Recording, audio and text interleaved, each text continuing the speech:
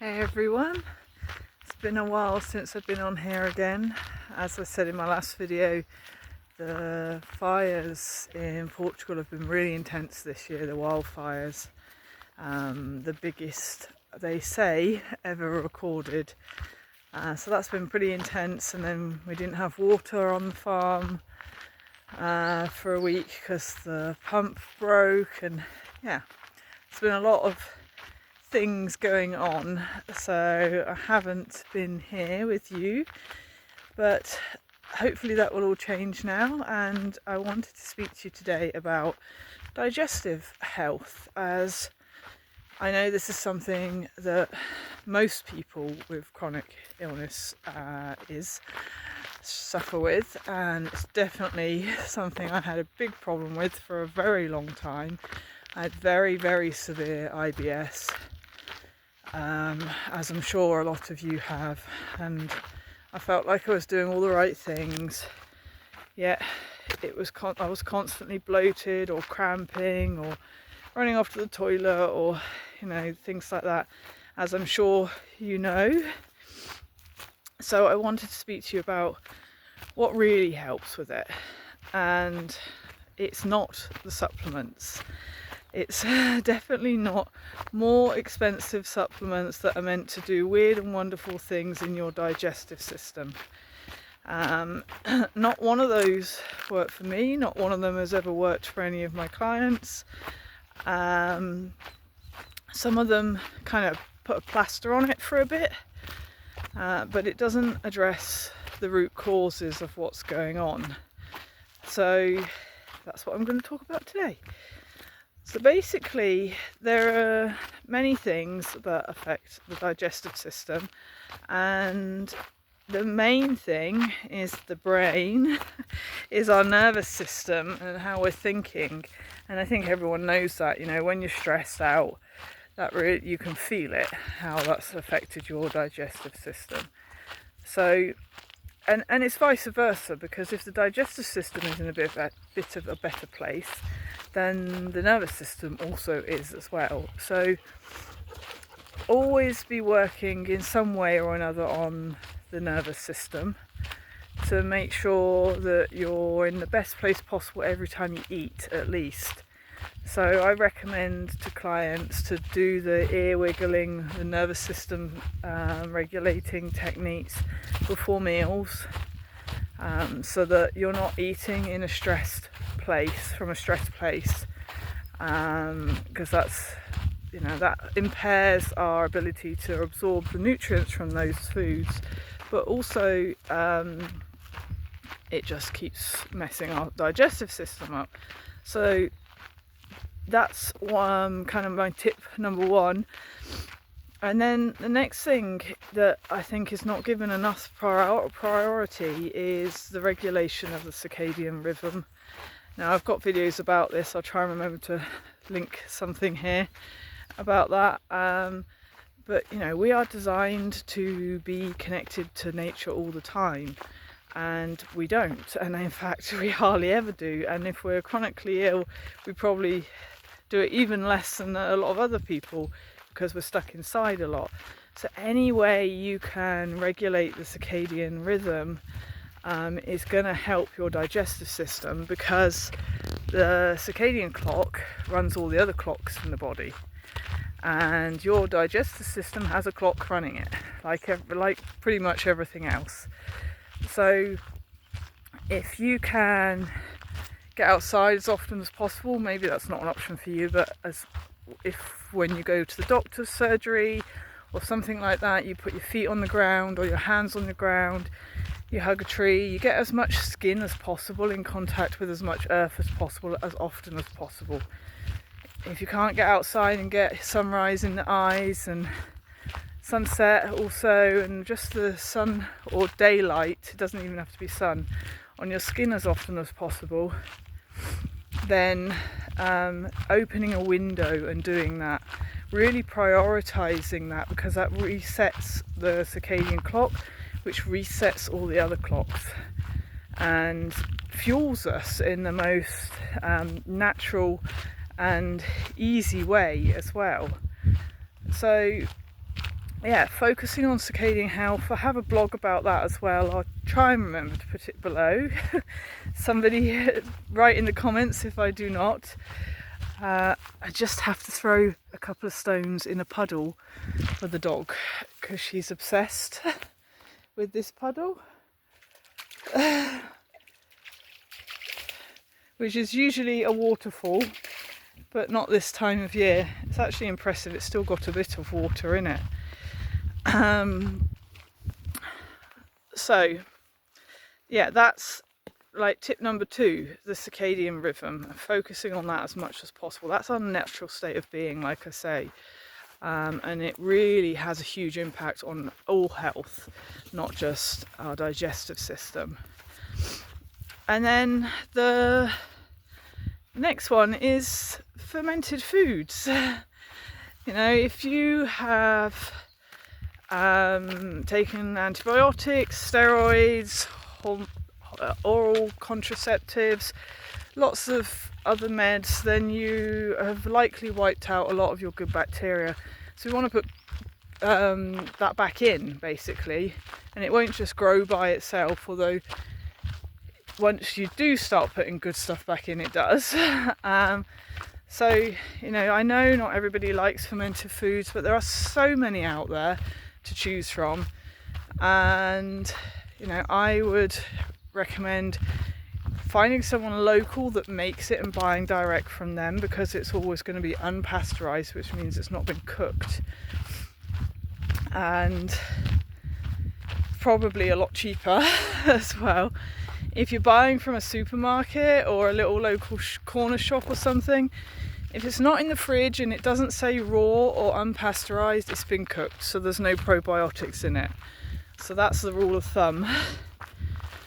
I know it's difficult to make your own, but if you can, you've got somebody that will help you, you can make a year's worth at the same time, and just store it away somewhere cold. And then just take really tiny amounts to start with and build up, because if your digestive system is really impaired, then one of the wonderful things that fermented foods does is it's a detoxifier. You know, it's detoxing you of normal toxins, but of all the bad bacteria. So if you haven't had any for a long time or ever, or had antibiotics recently or anything like that, and then you go and have like a quarter of a jar in one go or something of sauerkraut, you could find that you're running off to the toilet, and that's when people think they have issues with fermented foods, when actually it's doing exactly what it's meant to do. So start small, build up, try and have something regularly. Remember that shop bought things are probably pasteurized, and a lot of the time things like kefir and kombucha have a lot of sugar in them as well to make them taste nice. So those sorts of things I would leave on the side for a few days, just so that they eat up more of the sugar and you're not basically just giving yourself a probiotic soda. And then yeah, the next thing is basically the numbers suggest that about 50% of us have SIBO and or SIFO. And I actually think it's a lot higher than that. I think particularly people with chronic illness I think it's more like probably 80 or 90%. And it's very difficult to test for. But if you have digestive problems and have had them for a prolonged period of time, had any antibiotics at all in your life, then you are probably deficient. Deficient? That's not the right word. You probably don't have any of this good bacteria called L. reuteri, and that is what would fuel a SIBO issue inside of you. It's a small, what does it stand for? Small something bacteria overgrowth. I can't remember the second word. Intestinal, small intestinal bacterial overgrowth. So, as I said, I think most people with chronic illnesses have this. If you do manage to get tested for it, and it does come back positive, because it doesn't always, because there are many different strains and many different tests for it, then you'll probably find that a lot of the supplements and medications don't actually help for very long. They'll help for a while and then they don't, because they're not actually putting or helping to put back in this L-reuteri, good bacteria. But one of the things that does that, I mean, you can buy the supplements, definitely, but what's stronger and actually a lot nicer is to make SIBO yogurt, and I will try and remember again to put a link to a blog about that below. So even people that are usually intolerant to dairy, like myself, can usually tolerate SIBO yogurt, and that seems to be making a huge difference with people. You know, I have clients, friends, family, I've used it on myself, where, you know, they've, you know, still had bloating, a lot of gas you tend to get with SIBO, gas and bloating and things, but, you know, any kind of digestive issues. And you know, one day something they eat is fine, and then the next day it's not, and so they start on this yogurt, usually a small amount again first, and build up, and it makes a difference in weeks, and then also goes on to make a difference to a lot of other things long term. So then the next thing I would say is another reason. I had two ideas in my head at the same time, sorry, and my brain was like, can't compute, which one are you going to say? So yeah, the easy-ish, if you can get outside, is to get sunlight on your belly at lunchtime. And yes, this does work. If we whip our bellies out at lunchtime, it doesn't really even have to be sunlight.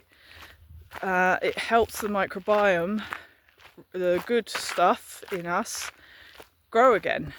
So that's like an easy tip for summers if you can get outside, or maybe you just like flash at the window.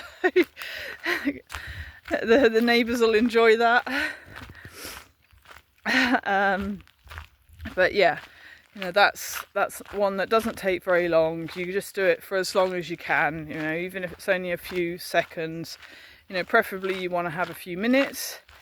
Preferably you would want to have your feet on the ground, because as we all know, grounding is helping us with our circadian rhythm and much more.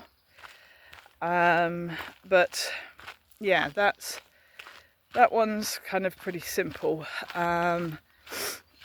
So yeah, now, you know, that's quite a few different things you can do, and I have forgotten the other one that wanted to come into my head then just a minute ago. Of course.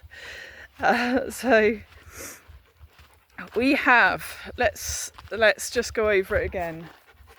We have the belly, the SIBO, the nervous system, the circadian rhythm, the fermented foods, and remembering with the fermented foods as well that probiotic supplements don't work anywhere near as well. They're not coating the whole of the digestive system all the way down like your fermented foods would. They're designed to get to in the gut, which is fine, but actually we want to heal and repopulate the digestive system all the way down, because this is a thing that a lot of people say is, oh, what probiotics are pointless because they don't get to where they need to be, but they need to be all the way down. You know, the good bacteria needs to be in the mouth, in the throat, everywhere, because this is where we are signaling to our digestive system what to do with what's coming down. We're telling it if it's food or foul, basically, if it's toxic or not. And if we don't have good bacteria here, then what's happening is when it gets down into our digestive system, stuff is being let through that shouldn't be let through, and then that's upsetting our digestive system even more. So the next thing is strictly no soya. That includes tofu, soy sauce, beans, you know, all of those sorts of things, and strictly no gluten. It is pretty impossible to heal your digestive system if you are consuming those two things, as they are working their way through the lining of the gut and into the body and causing havoc there and fueling autoimmunity and various other things.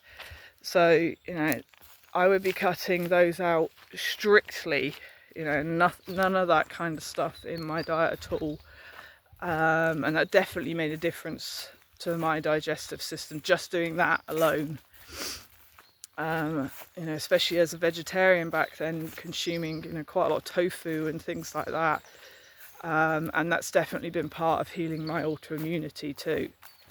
And then carrying on with the dietary stuff is trying to start to cut down and eliminate carbohydrates as much as possible, and having many more fats and proteins instead. Even if you're a vegetarian, focusing on the fats and proteins and getting the carbohydrates out, because when we convert to being fat burning again, as we are designed to be, everything heals from a cellular level.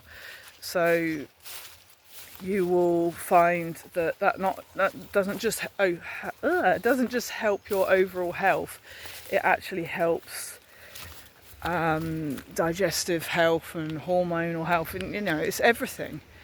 So if you can get those foods out and get more fats and proteins in, you're going to find that makes a huge difference to any kind of health condition you've got going on.